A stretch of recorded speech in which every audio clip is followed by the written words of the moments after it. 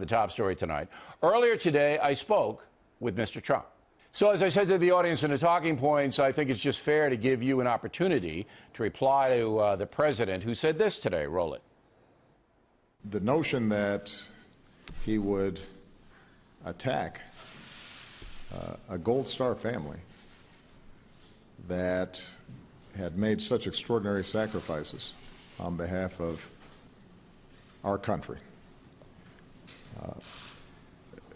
The fact that he doesn't appear to have basic knowledge around critical issues in Europe, in the Middle East, in Asia, means that he's woefully unprepared to do this job. What say you? I think he's the worst president maybe in the history of our country. I think he's been a disaster. He's been weak. He's been ineffective. You look at this so-called recovery, it's setting record lows. It's, I guess, not since 1949 has there been anything like it. You look at home ownership. Look at what happened as an example. He talks about Ukraine. I believe I know far more about foreign policy than he knows. Look at Ukraine. He talks about Ukraine. Well, you know how tough he is, right? How tough he is with Russia. In the meantime, they took over Crimea.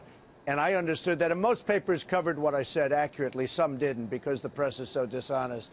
But Crimea, I mean, the Russians took it over under Obama's very powerful leadership. And, you know, he talks about me with Russia. Wouldn't it be a wonderful thing, frankly, if we actually got along with Russia and worked out some kind of a deal where we go in and knock the hell out of ISIS along with NATO and along with countries that are in the area? Wouldn't that be wonderful as opposed to fighting? But Crimea was taken over, and you know this better than anybody because you were covering it a couple of years ago. It was taken over during Obama's regime, big, tough president. So, look, I think he's one of the worst presidents, maybe the worst that we've ever had in the history of our country. I think that Hillary Clinton maybe has the potential to be even worse. Right. She will be terrible. Look at the lie. Look at the lies. Look at the lie over the weekend that she told about the FBI director. I mean, such a lie. I was listening to it. I said, how can anybody even say that after what was said about her? Okay. So I think she has the potential to be even worse. Let me refocus you back on this Khan situation because the press is running wild with it. In hindsight, wouldn't it have been smarter for your campaign just to pretty much ignore him?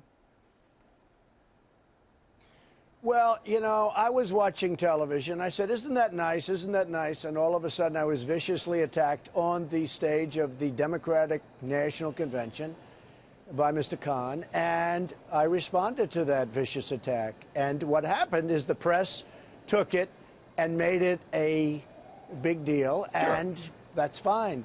I speak very well, obviously. I mean, there's no greater sacrifice than you lose a son or a daughter, and, you know, in the way that this happened, and I understand that. But regardless, I was viciously attacked. So I think I have the right. Am I supposed to not have the right to at least say something back? But then when you brought in the mother, I don't even like talking about it because, honestly, Bill, you just brought it up again, and it's already sort of falling into the background. This was a press event. The press played it day in, day out. CNN, which is a totally dishonest. Let me just tell you. CNN, which is a totally dishonest group. We'll get to CNN just kept in a moment. Playing it all. All right. I can identify it. They did the same thing to me last week because I gave historical facts about how the White House was built. I saw that, and it didn't stop. So look, and they'll never stop. But look, here's what your supporters want to know. And some people are undecided who you need to persuade over to your camp. It wasn't wise to bring the mother in. I understand Khan, and I got that. You know, he's going to come after you, and he was obviously hired by the Clinton campaign to do that. It was orchestrated, as we just said in the talking points. Everybody knew the script. But the mother's just sitting there. And for you to bring her in, that gives them the opportunity. It just opens the door for them to come in and hammer you as this mean kind of guy. I understand that, but, you know, part of it is I read a lot and I watch a lot. And many, many people discussed this. Many, many people, they said it. So when I said it, it became like a big deal. And that's, you know, the way it is. But I was very viciously attacked, and I said not very viciously back, and the press, especially CNN, I mean, because they're very dishonest. They must be having very bad ratings problems or something, which actually I hear they are. But they just kept it going, and it never stopped. And honestly, it's too bad. All right, but the New York Times then drags out tremendously unfair. Right, but the New York Times today drags out from on page 1 your Vietnam, draft status. Yeah. By doing this, and I had to learn this the hard way with that despicable Al Franken. All right, if you go after somebody and you're punching down, as they say, all right, then the left-wing press is going to seize it and call you a racist and a bully and a sexist. And I mean, I agree. I agree. So I agree. in the future, you just got to let it go. You mentioned the New York Times. I'm on the cover of the New York Times like every day, sometimes 2 or 3 stories. Yeah. They are so dishonest. But First of all, they're totally failing. out. They're losing a fortune. They're waiting. Sure. See, they should have done the Vietnam thing when you got into that kerfuffle with John McCain. That would have been a time. But they held it because he's a Republican, so they didn't mind you hammering him. Well, just so you understand, and so your viewers understand, nothing was wrong. I had some academic exemptions. It was a very minor thing. They didn't even talk about the draft number I got. I got a 356, I think it was, draft number. So they could have taken you in. But before the lottery, they had said But it doesn't matter what they said. I mean, I'm just telling you. What I'm saying, Bill, is this. They're going to give it to you no matter what. The New York Times is unbelievably dishonest. They're failing. It's a failing newspaper. It's losing a fortune. Probably it won't be around for more than 2 or 3 years. And, they write and they keep writing. And I believe if they write something wrong, I believe in fighting back a little bit. I don't know if I should. Maybe I shouldn't.